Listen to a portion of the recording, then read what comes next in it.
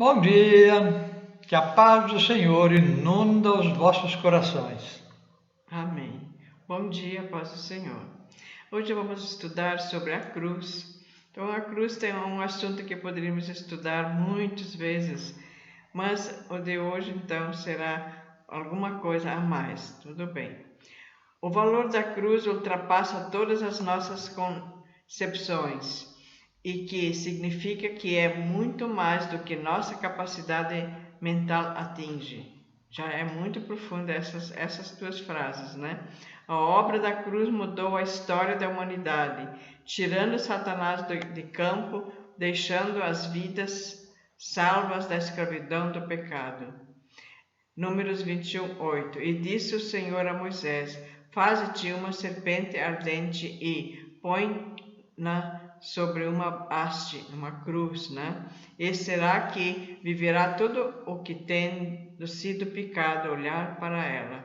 Então era na época de Moisés, então todas as pessoas que eram picadas por bichos ferozes, principalmente serpentes, olhando para aquela cruz, eles eram curados. Então ali já começou a história verdadeira da cruz, que é a nossa cura, a nossa salvação, a nossa redenção.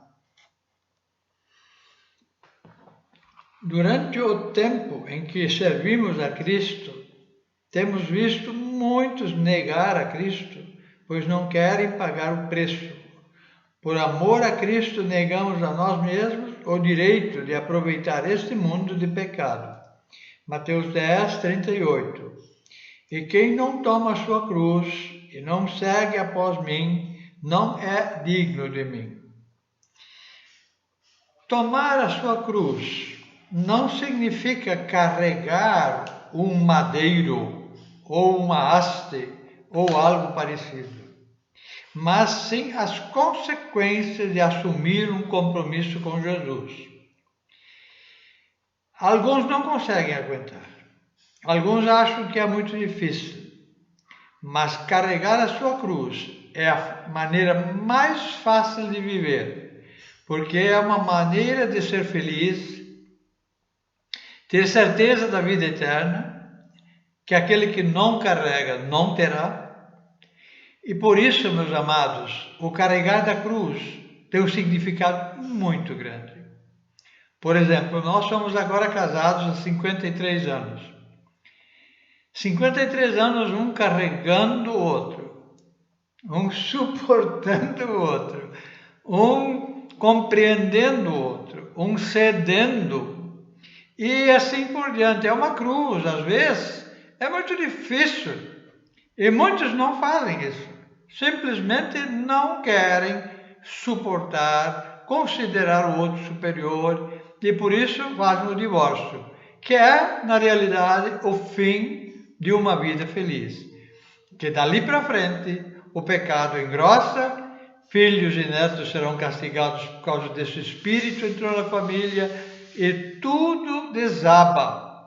Felicidade, portanto, só há onde se carrega a cruz, suporta as consequências de todas as decisões tomadas e segue a Cristo como mestre.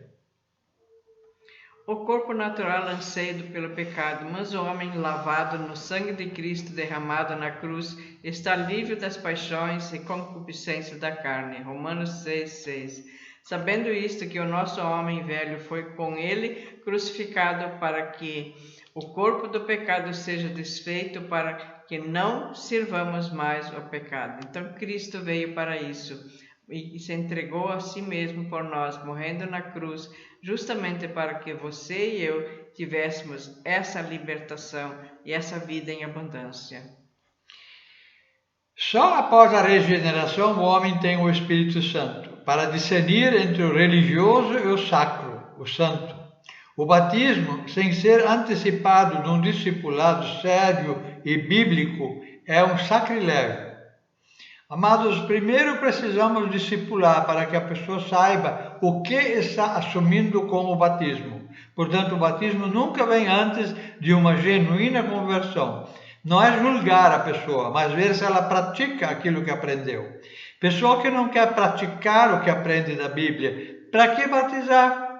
É uma ilusão, é algo errado, algo que traz consequências de termos dentro do grupo da igreja pessoas não convertidas, que não têm o Espírito, que não têm o mesmo Deus, que não estão salvos.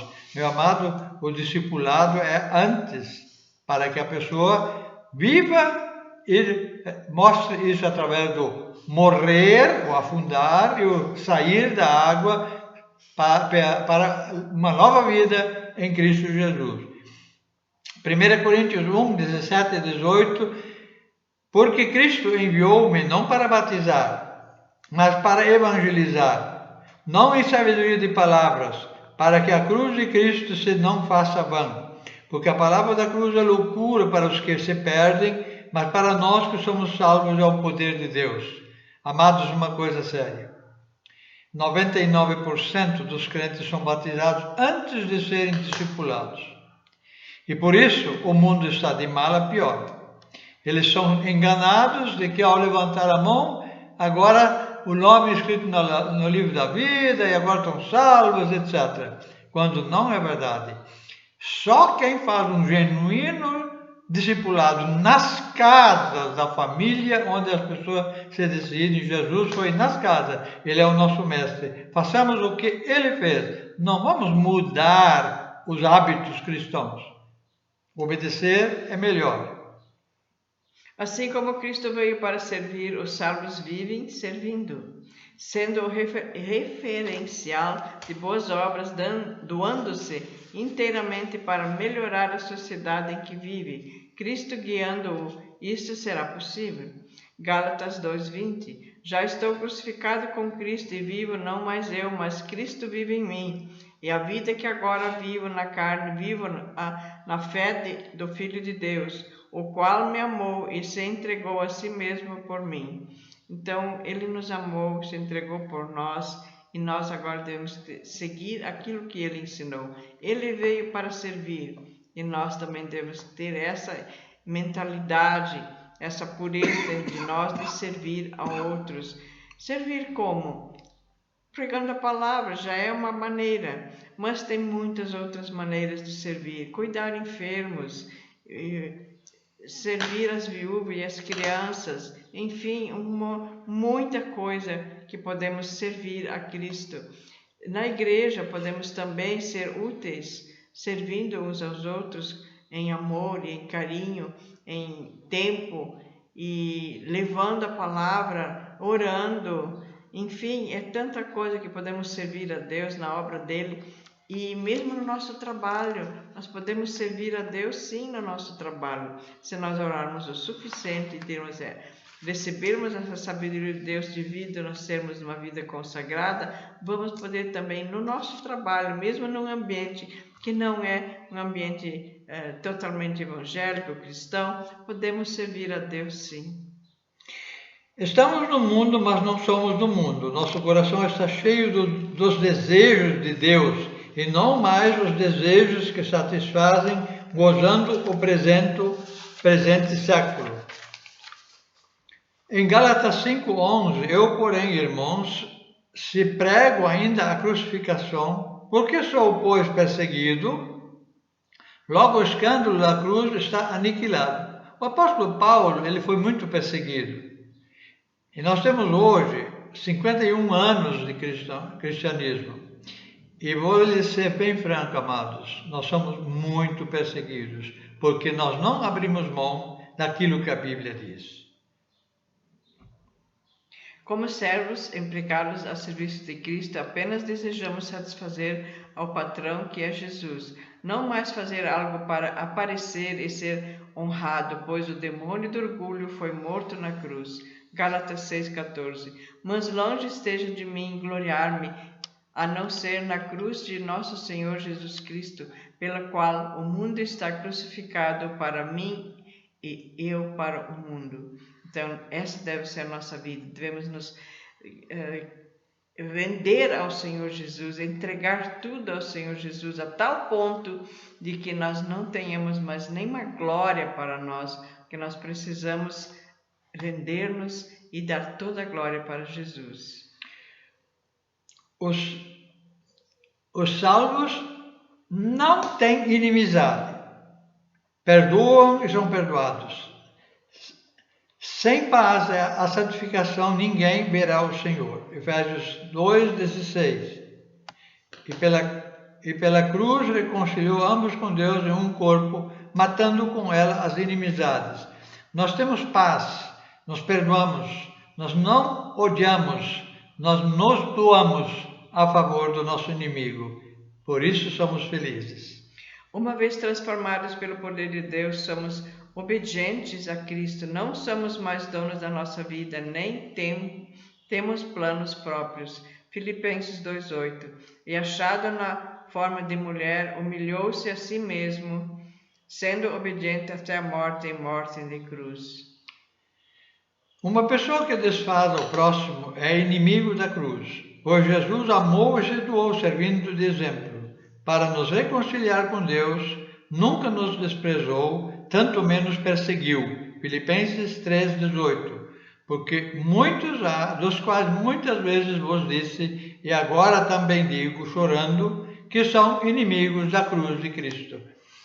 Amados, muitos se doam, se sacrificam para as coisas do mundo, mesmo depois de aceitar Jesus. Isso significa, com toda clareza, que eles ainda não nasceram de novo.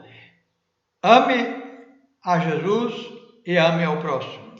Aqui em Filipenses 2:8 eu li, na forma de mulher, mas é na forma de homem. Perdão. Se Cristo veio reconciliar todas as coisas, como nós seremos contra, destruindo com fofocas aqueles que Deus em Cristo reconciliou. Colossenses 1:18-20, versículo 20. E que, havendo por ele feito a paz pelo sangue da sua cruz, por meio dele reconciliasse consigo mesmo todas as coisas, tanto as que estão na terra como as que estão nos céus. Então, reconciliar é a ação maior da cruz, é reconciliar o homem com Deus.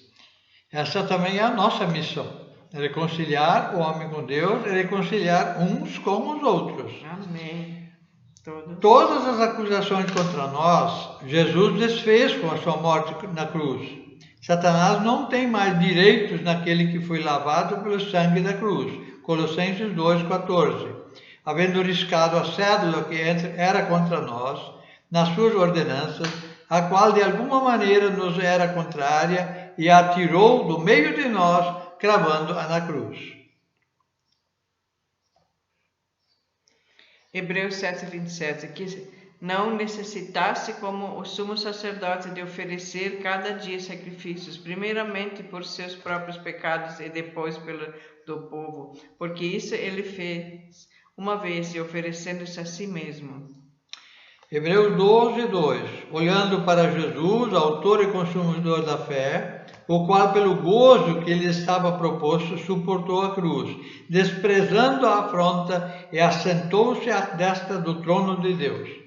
Amados, a missa é uma repetição do sacrifício de Cristo, coisa totalmente contrária aos princípios de Cristo. Nós devemos nos sacrificar sim, mas a favor do próximo, não essa repetição diária de coisas que Deus não aceita. Aqui nós precisamos entender bem, olha, olhando para Jesus, o autor e consumador da fé, nós temos um mestre. E toda vez que você fizer uma coisa que Jesus não faria, você está em pecado. Tem muita gente que se diz crente, mas fazem coisas que jamais Jesus faria. Portanto, querido, faz uma revisão na sua vida de fé, comece a carregar a sua cruz, vai na casa das pessoas fazer discipulado como Jesus, siga o mestre e ele te guiará para a vitória. A vitória da cruz é para aqueles que se sujeitam, se submetem totalmente à direção de Jesus Cristo através do seu Espírito Santo. Adorar a Deus em espírito e verdade é obedecer em tudo para que outras pessoas vejam Cristo em nós e se rendam também para começar a viver esta vida vitoriosa, gloriosa e abençoada que há em Cristo Jesus. Que Deus te abençoe. Esta é a nossa oração. Em nome de Jesus. Amém. Amém.